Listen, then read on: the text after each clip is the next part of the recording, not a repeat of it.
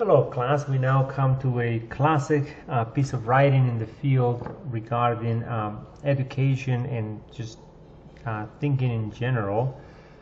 Dorothy Sayers wrote this piece as a way of kind of calling into question the modern approach to education.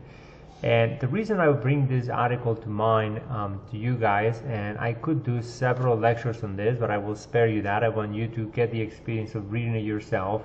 You are in fact reading a master in the subject. I mean, Dorothy Sayers is going to write a witty, insightful, challenging piece that is going to provide you with a perspective that you have never read about before, most likely, in which she is challenging this modern educational approach where it is devoid of theological background, and it is also kind of defragmented. It does not allow you to have a comprehensive picture and to be able to question things faithfully. It also calls into question the way in which in our society we are so quickly tossed to and fro by faulty arguments and sophistry over and against having well substantiated decisions and justifications.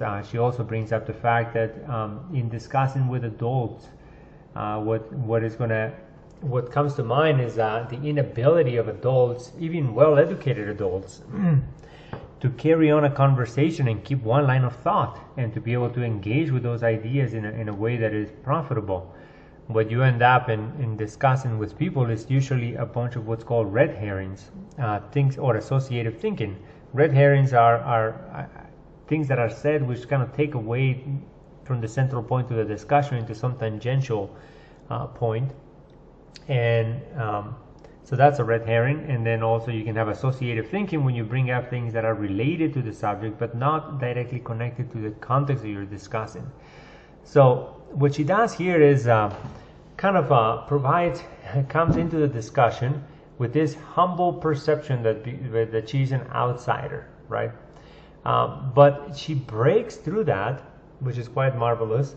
She breaks through that. She's not intimidated, that she's not a PhD in education. You know, she's a medievalist and she wrote novels. But she shifted the discussion by saying, what you guys are discussing about education is something that is universal to all humans. I was educated. I went through that process. I can ascertain whether or not that education was profitable to me and what I remember and what was actually of any worth or value. So she studies the Middle Ages, and she is going to bring back a system that's called the trivium, where there are what prescribed ages in the human development, where you have what's called grammar, dialectic, and rhetoric. That is the trivium. And that is at the early stages of life, a human being will be inclined to memorization and absorption of facts. They just like to know things, and they like to chant them and sing them as little children, all the way up to about the age of 6. And then at the age of 6th grade, and then by 6th grade, then they begin to ask the why questions. But why should we vote in the elections? But why should we have a president? Why should I go to school? And so this child now has moved from grammar to dialectic. And dialectic is the study of logic or reasoning. And what that entails is that the child is now wanting to understand the why behind the things that were given to him or her. So now he wants to make connections. He wants to be able to challenge authority. And that's where teenage years come in. Teenagers trying to express themselves, to come to understand the world, and they begin to question those who are in authority over them. And unless those in authority provide substantive questions that are able to properly answer what is being inquired of, then usually it is followed by rebellion or indifference to what's being said. And so you have grammar from like 1st grade to 5th grade, and then dialectic from about 6th grade to 9th grade, and then you have what's called rhetoric. And rhetoric entails once you have all the facts that you accumulated on your early age, and once you learn how to reason, how to think properly, then you can now discuss how can I best express the ideas that have been given to me, and that's where you polish things. That's where the rhetorical aspect of it comes in. It's being able to speak in cogent, clear, well-reasoned language, and put it together in a way in which it is most compelling. And that's what she does. I mean, this is it is said that good art shows, it does not tell. And that's exactly what this article does. It does not tell you, I am a great article and I am a great writer. So here, what it does is that it shows you how a person can write a very persuasive piece of writing with many components to it, and not be excessive. That's the other aspect of it. It is a short article, and it may take you 45 minutes or so to read it all, and by the end of it there are so many good points to consider, and she called them sketches. She's going to provide some sketches of what education should be, but in reality those are very substantive foundational ideas that you need to keep in mind, and then it leaves it for you to make further connections. So it doesn't spell out all the implications. It gets you so far, and then it is up to you to kind of engage with this more meaningfully. And so in doing that, Dorothy Sayers is kind of opening up or rediscovering something that was already there. And this is a component of this modern disregard of all things. And that is just because we have had an immense development in regards to understanding of science in the natural world, it does not mean that we have therefore increased our understanding of the moral world or the law of God in men. And what she's going to bring up is perhaps this medievalist, these Christians that developed this educational system, had a better understanding of what the human mind is looking for and how it develops and what kind of content they should seek for.